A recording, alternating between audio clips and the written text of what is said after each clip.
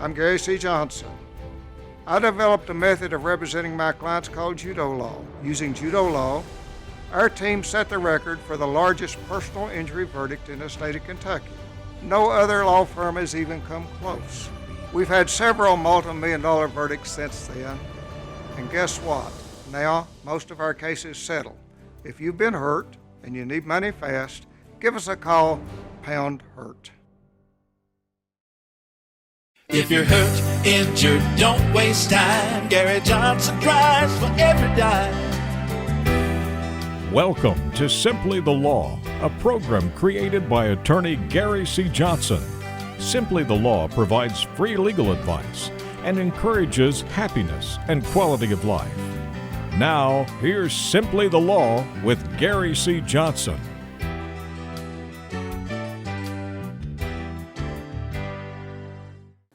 Hello everyone, I'm Keith Casebolt, and I grew this white beard to show you the wisdom I have gained from my friend Gary C. Johnson, who just told me if you'd gained any wisdom, you wouldn't have grown the beard. Welcome to Simply the Law, my good friend Gary C. Johnson. Actually, I'm planning on using him as Santa Claus in a play, so he needed a beard. Not really. How you doing, folks? Wonderful, isn't it? We made it another week. We're alive. We're here, visiting with each other. You're letting us visit with you in your home. You're hanging out with us. Thank you. Today, we're going to talk a little bit about different stuff. Here's a book by a fellow by the name of Don Michael Ruiz, I think it is. He's the guy that wrote the book, The Four Agreements, that we've talked about on the program, which says be impeccable with the word. He was the one that came up with that. Never assume anything. He wrote that. Never take anything personal. He wrote that. And the other one is do only the best you can do without worrying about what someone else can do. Came from this guy. Then he came up with another little book that just came out. And these are very small books called The Three Questions. And I think they're really, the book is really interesting. Over my head, naturally. But it talks in one section about one of the things that I've talked about a lot on the program is about ourselves and our bodies and who we are as a person. And he talks in terms in this book about your mind is one thing, your brain is like 80% water, it is energy, it's electrical currents. And then you have your body, which is the physical part, your arms, all of these other things that this energy, which is our brain, controls. The body that we have is the only body we will ever have. It has to last us our entire life. And one of the sections he has in this book is about love. And I think it's interesting because he says that the love of your life, because of its uniqueness, because of all the things it can do for you, because it is what you wake up with every day, that the true love of your life should be your body. And you should treat it as such. And you should give it the respect it deserves as the true love of your life. It was so profound, some of the things he said about our bodies and how we need to be aware of how important they are, that I'm going to have Keith read you a little bit about what he had to say in this book, and it's under the chapter, The Love of Your Life. So Keith, will you be so kind as to read us some of it? I will be happy to do that. And that was a question that Gary asked on our radio program. Who's the love of your life? And I'm sure we had a lot of people going through it saying, well, my spouse, maybe my first girlfriend or boyfriend. But when he pointed out the love of your life, I thought it was interesting. So I'll read and you can follow along. Your physical body is and has always been your true love. There is not, or there never will be, a more loyal friend or a more intimate partner. What you think it will feel, what you command, it will do best to obey. If you do something to harm your body, including obsessive thinking, it will do everything it can to repair itself.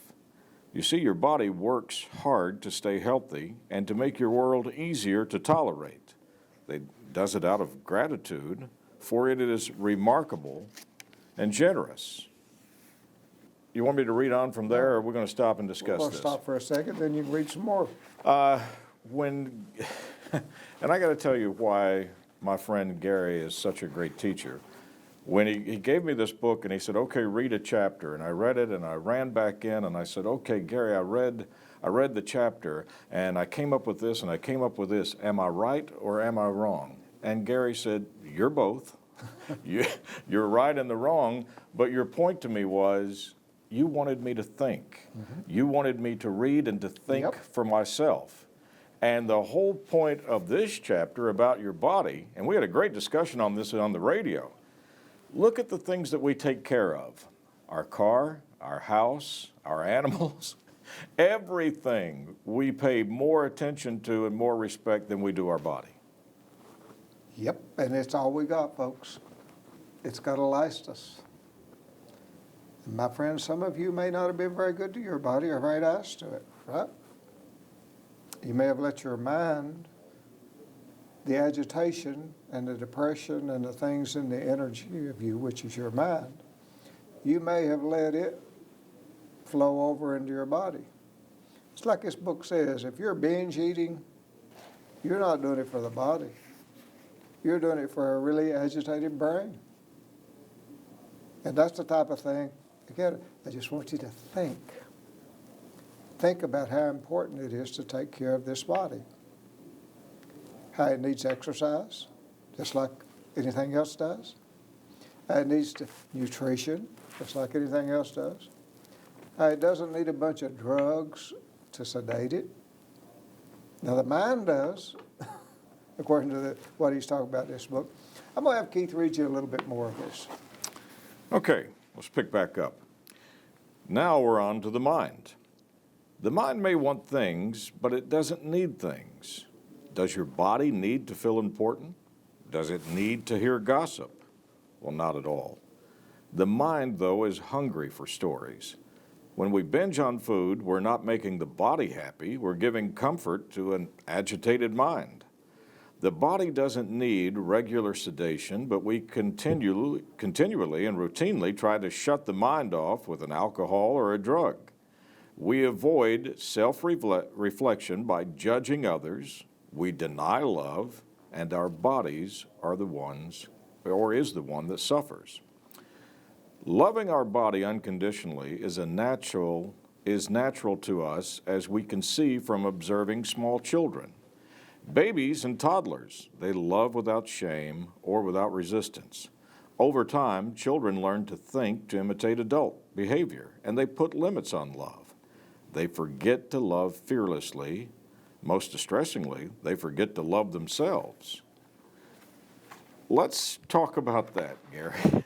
Okay. I mean, we'll stop right there because we've got more to read.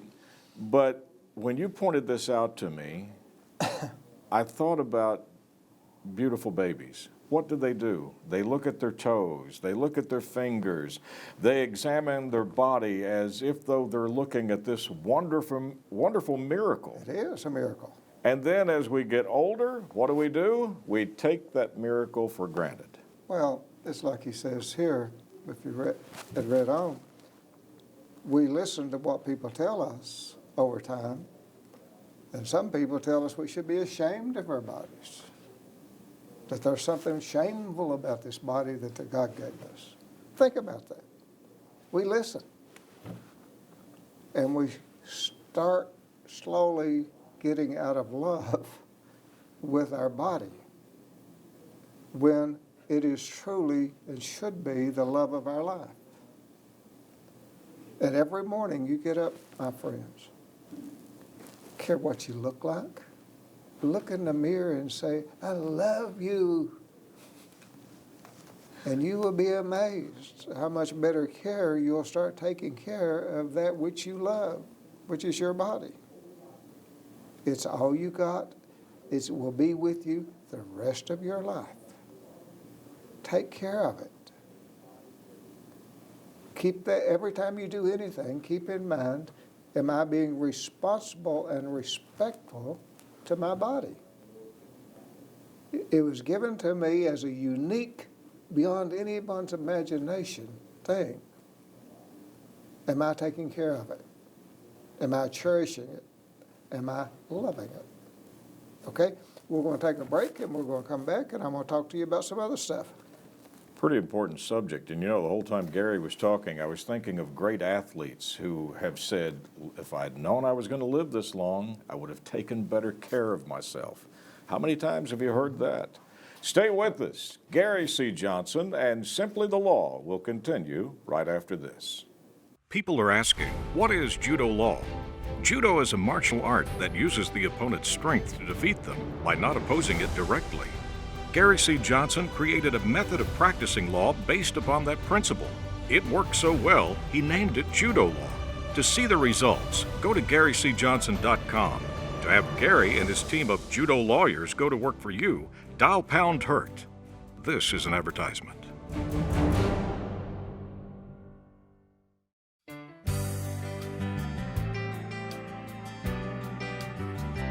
Welcome back into Simply the Law. Gary, that first section, all about the body. During the break, I was thinking we've all got collector items that we keep under a watchful eye or under a glass case. We protect things. We wouldn't ever let them be damaged. We get out there on our car and we wax it and we look for any kind of a little dent. But you just pointed out that this great gift, this miracle that we have as a body, we abuse it on a daily basis, and then with the mind, all of this stress and this pressure. And any of us that have ever been to the doctor for high blood pressure or cholesterol, what's the first thing they ask you? You got some stress in your life, pressure going on? You have to understand, my friends, that everything affects the body. If you're depressed, the body pays a price. If you're happy, the body rejoices. Dopamine flows, the body heals itself. Isn't that amazing?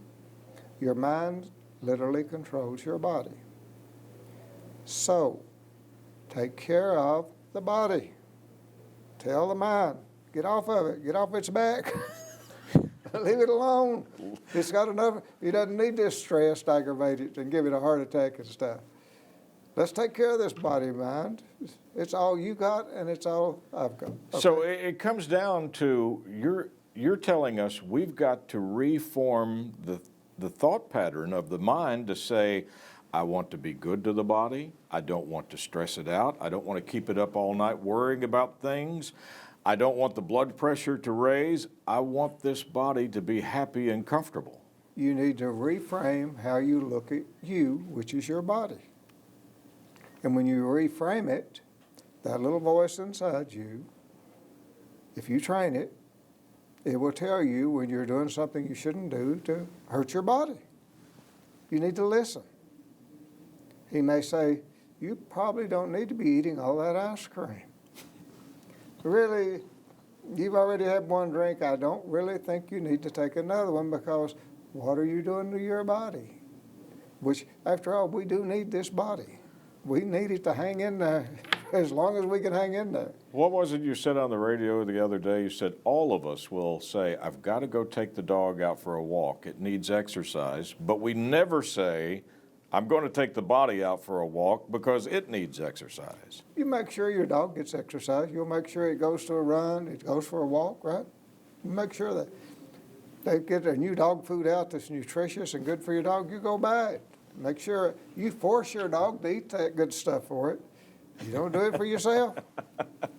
Think about that. That was the funniest thing ever when we were talking on the radio, because my dog has to have that special blend of the chicken and the protein and all that. And Gary was like, yeah, so you go buy your dog all the healthy stuff, and then you're eating pizza over here watching the dog. You never feed your dog unhealthy food, right?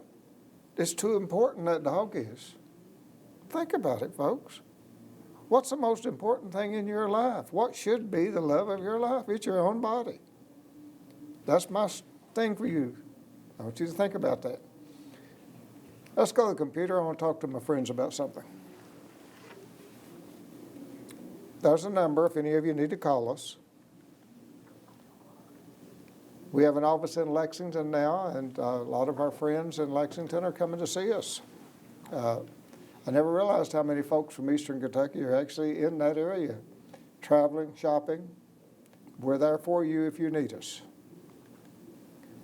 www.garycjohnson.com, that's how you can reach us on our website.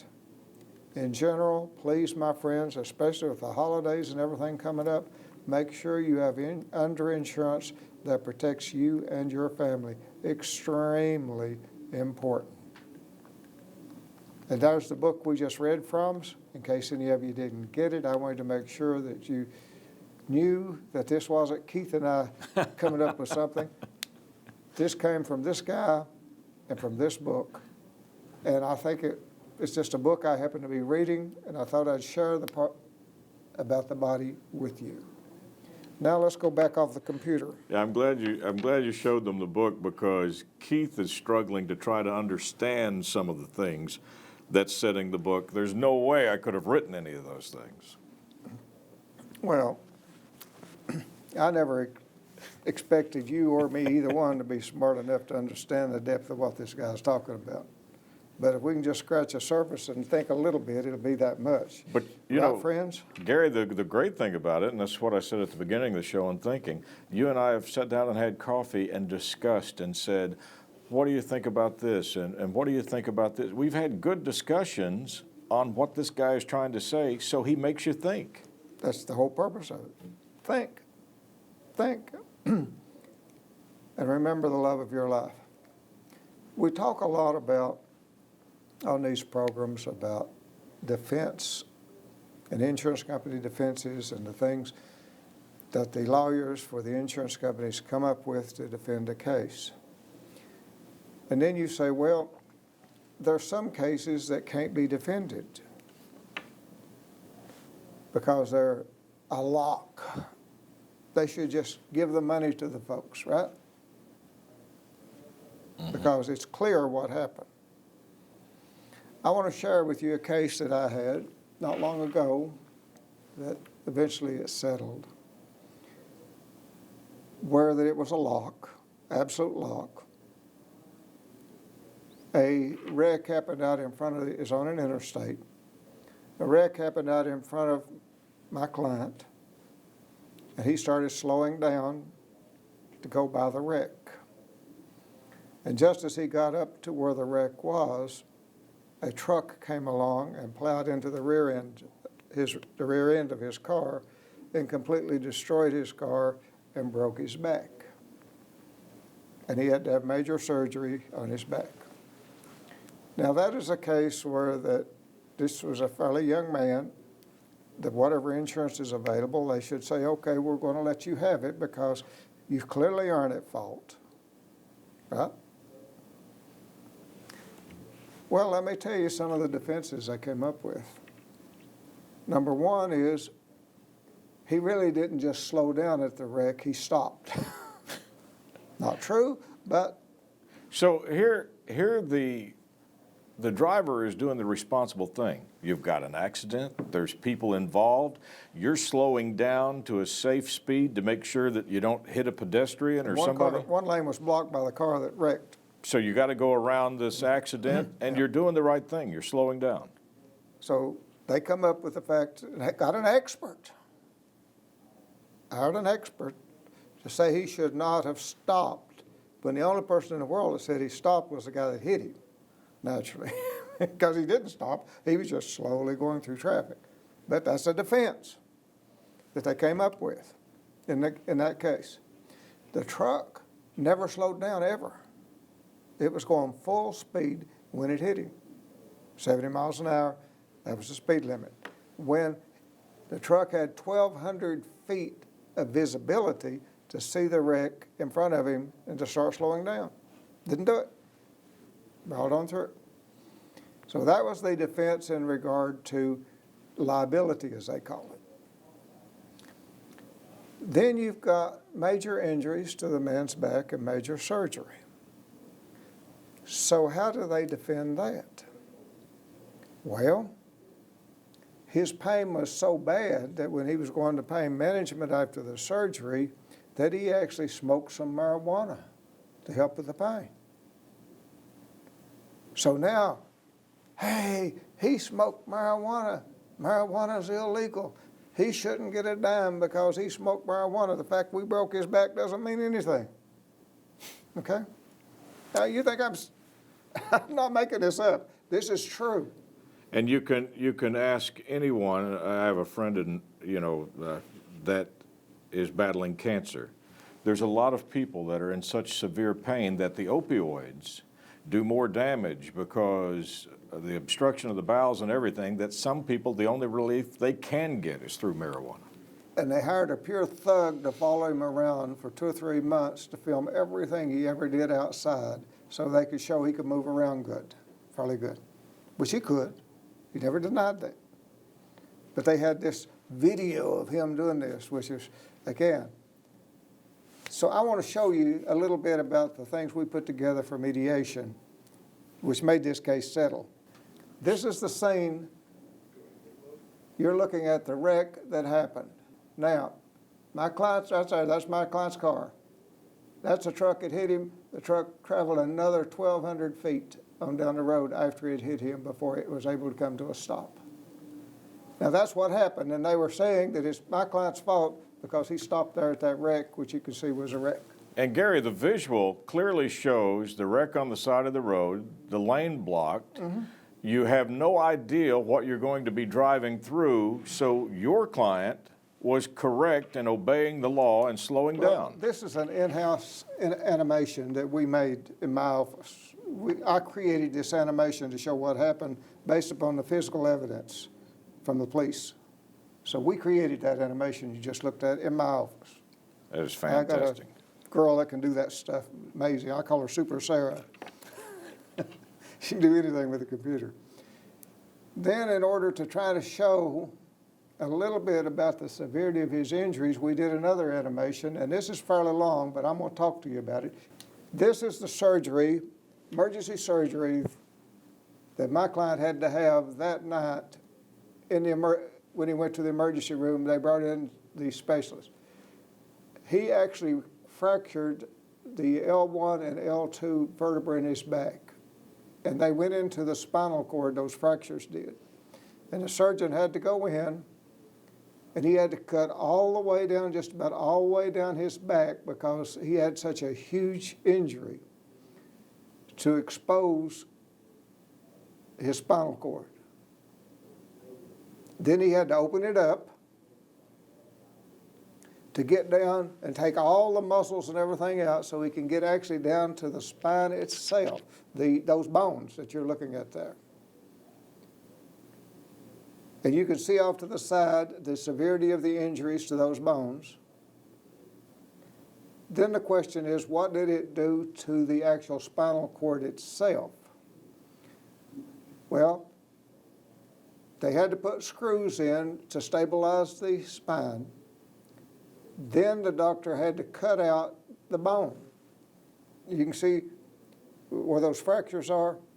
They actually had to remove that bone. And this is where he cuts it out and takes it out. It's gone now. And it exposes the dura, which is the thing that covers the spinal cord. Dura is Latin for tough mother. It's one of the toughest ligaments, if not the toughest ligaments in the body, is to protect the nerves in the spinal cord. It actually tore a hole in his dura, and the nerves started coming out of that hole.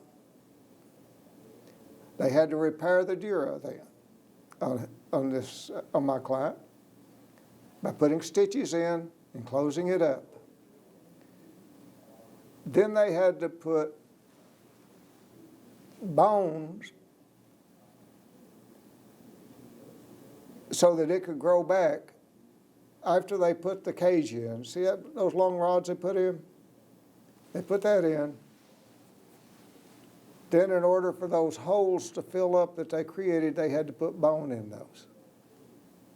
Cadaver bone, all the way up and down its spine.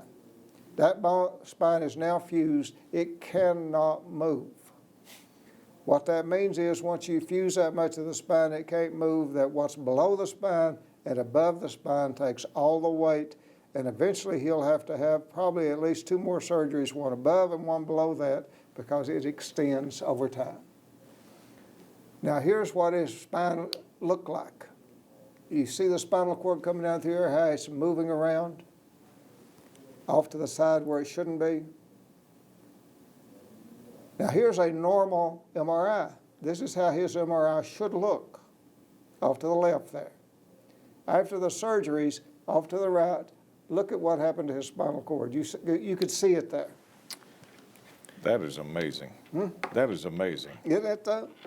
I mean, it's amazing on two facts. One, look at what this individual went through, and the insurance company said, you stopped, your fault, and then followed him around to see if he picked up a fishing rod one day to say he's not hurt. He took his son out on a pontoon boat because his son wanted to go out on the river, and that was their defense. That's what we have to do. This costs a lot of money to do all of this. But when we got to the mediation, and I showed them what I was going to show a jury, case settled. And they paid him what they should have paid him a long time before that. And that's the thing that makes me so mad about this business. Friends, have a good one. My friend, thank you for the information. Remember the beginning of the program, the love of your life, your body. Treat it well this week. And the information that Gary just gave was unbelievable. They should have done the right thing, but he made them do the right thing. Thank you so much for taking this time to tune in. On behalf of Gary C. Johnson, I'm Keith Casebolt. As always, Gary and I look forward to seeing you again next week at this very same time. Thank you for watching Simply the Law, a program created by Gary C. Johnson. Until next week, may you be safe, blessed, and happy. Eastern Kentucky, Southern West Virginia, and Southwest Virginia. It can be a tough territory to reach when it comes to marketing. We can help. We can also help you find your identification. And we have plenty of services to do it and a lot of experience behind us, over 37 years. In fact, we've either booked or sold nearly $70 million in advertising in this region. You need a new voice, a new idea, a new concept? Casebolt Marketing. We're ready to go to work for you today. Our motto is nothing happens until you make it happen. So let's get started today.